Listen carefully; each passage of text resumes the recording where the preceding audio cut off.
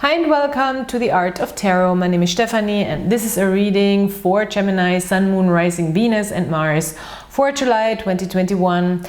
I'm excited you're here with me. I did this reading earlier in German on my German speaking channel, so if you're interested in that, check that out. The link is in the description box. That's the reason why the cards are already out, and I will look into general energies in the beginning of the reading. I will look into a love relationship situation, love interest situation in the second part of the reading. And if you're not having a specific person in mind, then this can still be resonating for you if you want to work on old cycles that you want to work through, or maybe you have an inner conflict that is coming up and you can find some answers in this reading as well, or a conflict with, you know, any other relationship in your life, because these are all basically similar energies. But yeah, let's look at what's going on for you, Gemini. There is some aspects here in the beginning of the month that are a little tense with all these squares.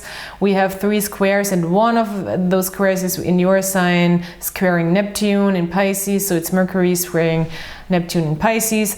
This is, I think, a lot about communication when it comes to what you envision and what you're dreaming of, and that it's hard maybe to express that, or it's hard to make people grasp the concept or believe that, or maybe it might even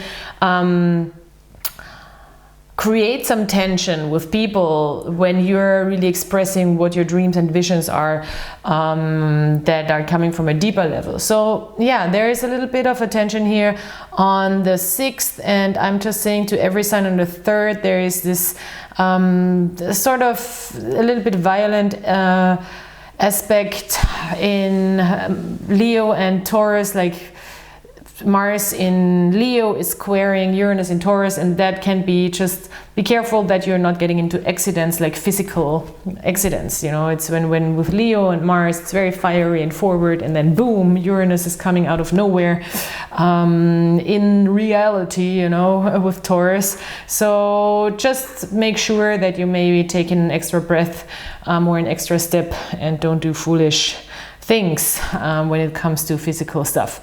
So yeah, other than that, we have a new moon in Cancer, a full moon in Aquarius, end of the month. Sun is in Leo on the 22nd, and before that it's in Cancer, so it's an emotional month. And you're coming into this month with an 8 of Pentacles, which I think is everything else but emotional. It's very focused, on work, on or whatever you want to focus on, you know. It's like self-discipline. It's like the act of learning to discipline yourself.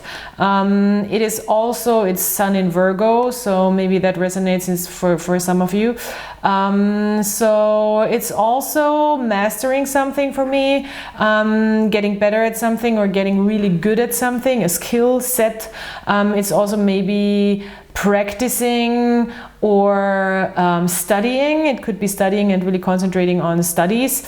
It could be also learning about how to make more money, how to make more gains on a higher level, really. And it's also about investing. For me, it's an investment card where it's like important to know when to wait, you know when to hold them, know when to fold them. So it's really kind of a card where it's also not so much about constantly being industrious. It's more like doing the right thing at the right time for having the best results. Second card here. So this is what you're moving into, what you're bringing into this month, which is really great. And then you have a 2 of Swords. And the 2 of Swords really for me is, because everybody's like decisions. I think it's more like, because in this deck it's really called peace. So it's really finding the inner peace within yourself. Also this finding the balance of these mental polarities that we have, and finding a mental and emotional balance. So looking at a problem, looking at a situation from all sides, from both sides, and at the same time being able to still stay calm and collected within your emotions to be able to take the next step forward. And this next step often is not the easiest step. Maybe it's a mind over matter decision, because the card after that is the Three of Swords. So it's really about finding the right mind decision. So now it seems like you're really taking a step into something that is a little scary, or a little making you a little anxious, or gives you a little nervous energy with the Moon card, because this really gets me the feeling like, okay, this is, you don't really know what this will bring, this new situation, but you know that you have to go into it. And there's a lot of unknown. There's this unknown factor with the Moon card, but at the same time you're carrying the light here through this birth canal, so you're really birthing something new. It's really a catharsis here for you, and you have to kind of go through the dark valley to come out on the other side by the end of the month. And I like that very much, especially when we come to the love reading, because there this courageous step really pays off for you. And also with the Moon energy card that we have here, we got believe in the impossible. So it's really maybe that kind of energy where you're really where it's a risky step, where it feels risky. Maybe it's not even that risky in actuality, but it feels risky to you. And yeah, that's often where the best things wait on the other side, you know. So with a love and love relationship situation, we have a Six of Cups in reverse on your side. We have a Ten of Swords on the other side. So this is really interesting. I get two scenarios. I get really a scenario where, like, moving away from a person because you don't feel like this is working, like you are moving away. I think you are the kind of person who decides, like, no, this is not working. I don't feel this connection anymore. I don't wanna go back to the cycles from the past with the Six of Cups in reverse, or I just don't feel that soul connection anymore, or something is just off. And I think you have really great intuition this month. When you feel something is off with a person, trust it this month, even though you maybe don't know what it is exactly. If this is, because the interesting thing is, we have an Eight of Wands here that connects these two positions, and it could be that it's just you are not trusting certain ways of thinking anymore when it comes to this person. You're not accepting that anymore, and as soon as that happens, there's a lot of forward movement all of a sudden, because there is all of a sudden this intense forward movement with the Eight of Wands, and we got the Eight of Wands again with the Eight of Spring here. So this came out 2 times, and I think it's really either you're finally, not even finally, you're just like having a very good sense of which connections don't work for you, even though they are maybe emotionally attractive for a minute, but you don't feel like this is the right match, you know. It's still not the right match, even though you can kind of connect to them, and therefore there's a lot of other options, and there is just a lot going on. I feel like there's a lot going on, and also maybe, of course, by moving away from a person, there could be just like it could be opening up a rabbit hole of like all these people and all these energies, you know, being interested in you.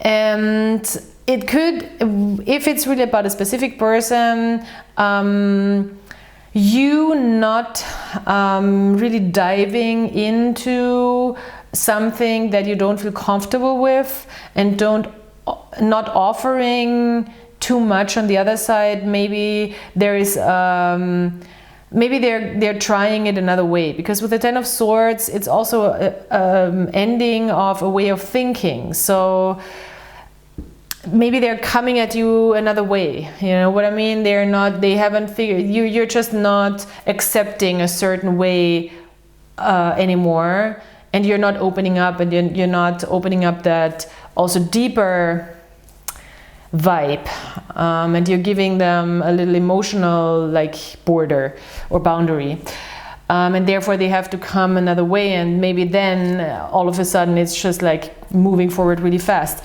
But there is definitely this switch of energies, like from something not being open to something moving forward really fast. And I think it might even have to do, and it does have to do with an inner conflict, maybe within you, that you're working through, where like, what do I actually want? How do I actually want it? And how do I get it? And how do I fight for it? This is the Five of Wands. And figuring out that there is a sense of,